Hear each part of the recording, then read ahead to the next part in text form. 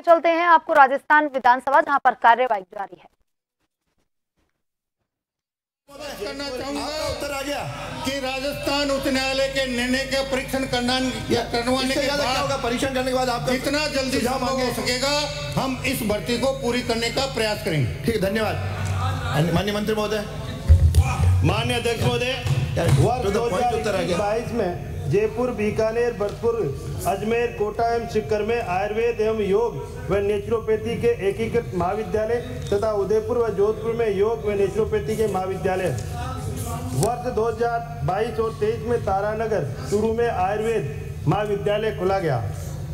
वर्ष 2023-24 में नाथद्वारा राजसमंद में आयुर्वेद एवं योग व नेचुरोपैथी का एकीकृत महाविद्यालय, भरतपुर में होम्योपैथी महाविद्यालय तथा जोधपुर में यूनानी महाविद्यालय खोले जाने की घोषणा की गई।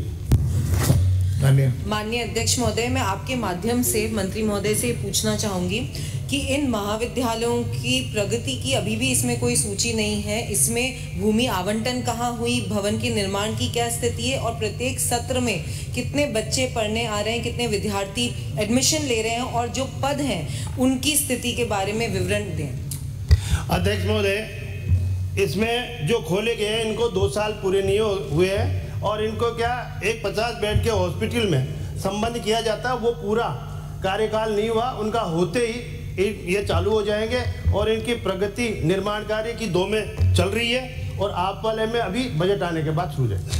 माननीय अध्यक्ष महोदय, मैं आपके माध्यम से माननीय मंत्री महोदय से एक और प्रश्न पूछना चाहूंगी कि क्या ये सही है कि जहां पर योग एवं प्राकृतिक चिकित्सा महाविद्यालय खुले हैं वहां पर आयुर्वेद के शिक्षकों को लगाया जा रहा है और जबकि योग एवं प्राकृतिक चिकित्सा के योग्यताधारी शिक्षकों को नहीं लगाया जा रहा है?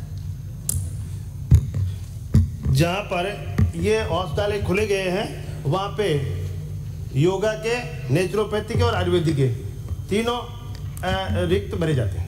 ऐसी समस्या आई है तो आप इसमें एक बार दिखवाएं कि जो योग्यताधारी शिक्षक हैं प्राकृतिक चिकित्सा और योग के, अब उनको प्रायोरिटी देकर इसमें लगवाएं। श्री प्रताप सिंह सिंघवी। संख्या 47। माननीय मंत्री महोदय, आपका आ गया था? जब आ गया चलो बिराजो।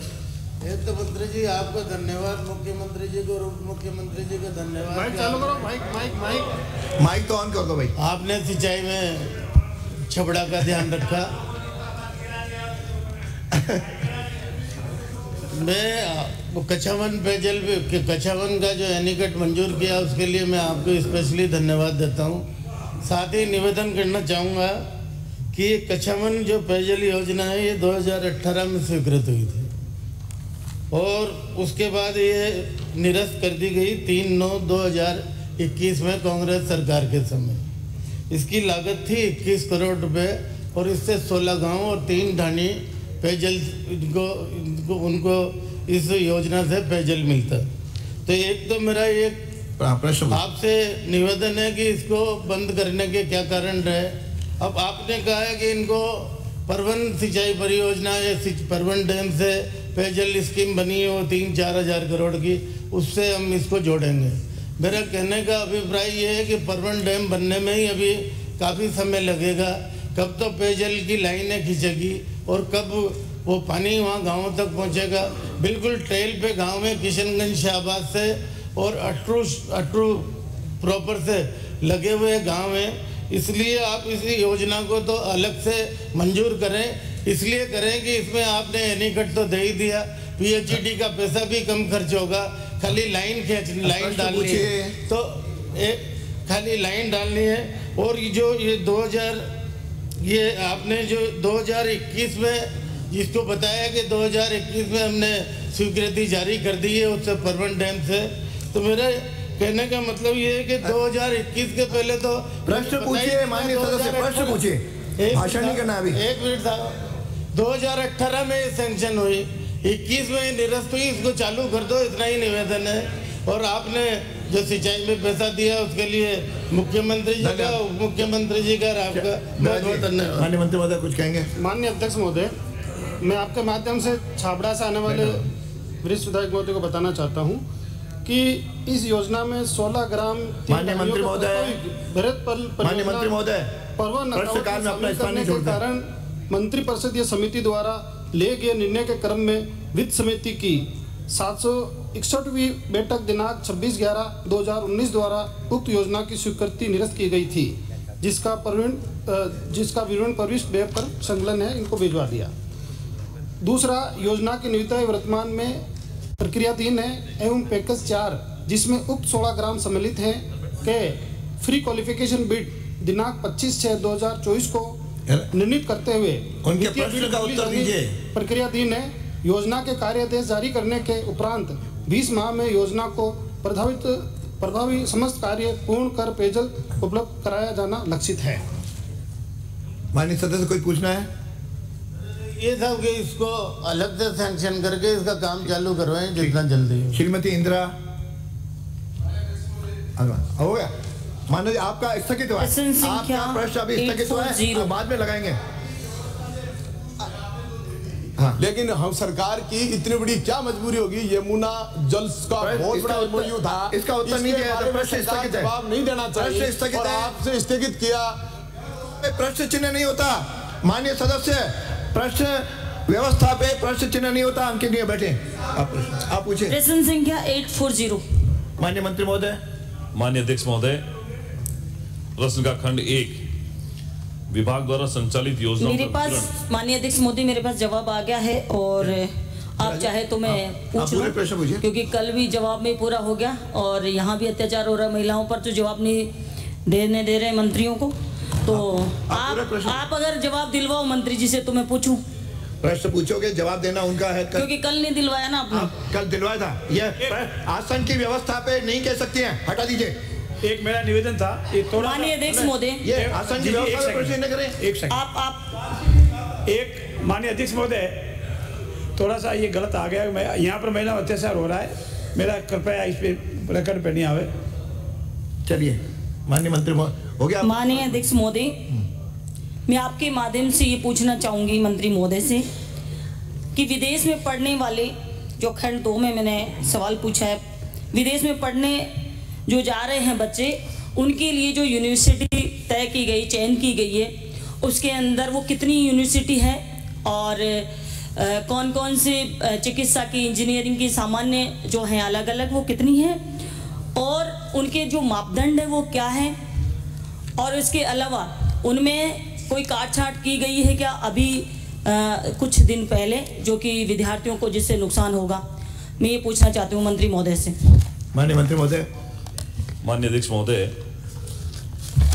बामनवास से आने वाली माननीय सदस्य जो प्रश्न पूछा, प्रश्न का खंड 2 है, जिसमें आपने पूछा उसका उत्तर में विदेश में अध्ययन करने वाले विद्यार्थियों को संचालित छात्रवृत्ति योजनाओं को बंद करने का वर्तमान में कोई प्रस्ताव विचाराधीन नहीं है।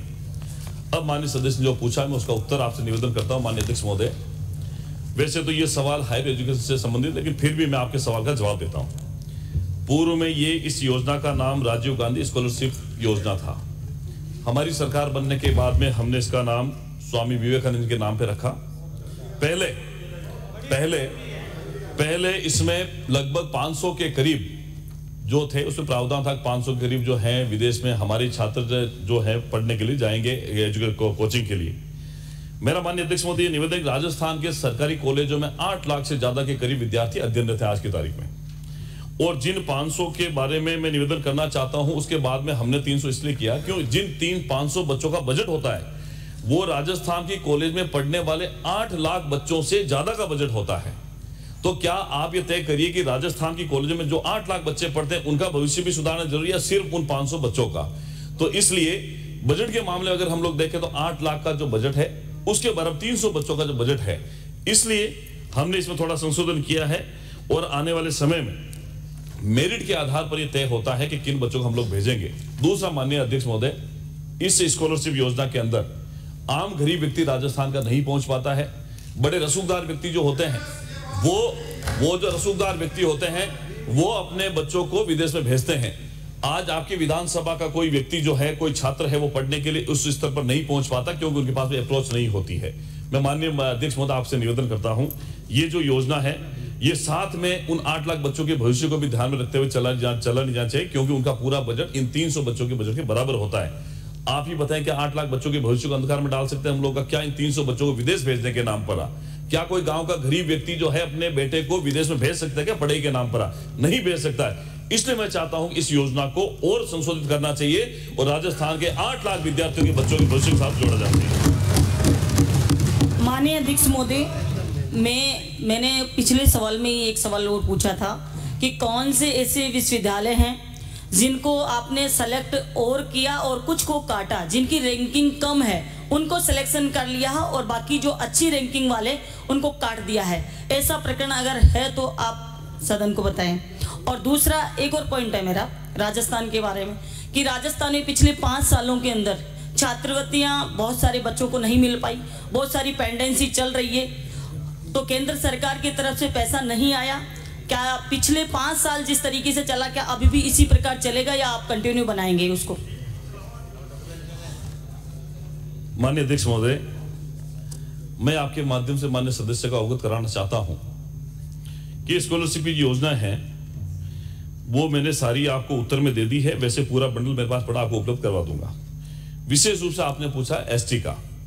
अब मैं आपको निवेदन करता हूं कि जो एससी एसटी ओबीसी की जो स्कॉलरशिप है, स्पेसिफिक एसटी का बताता हूं मैं। एसटी के अंदर इसमें केंद्र की प्रवर्तित योजना का राज्य जो अंश है वो 75% है और हमारी स्टेट गवर्नमेंट का 25% है।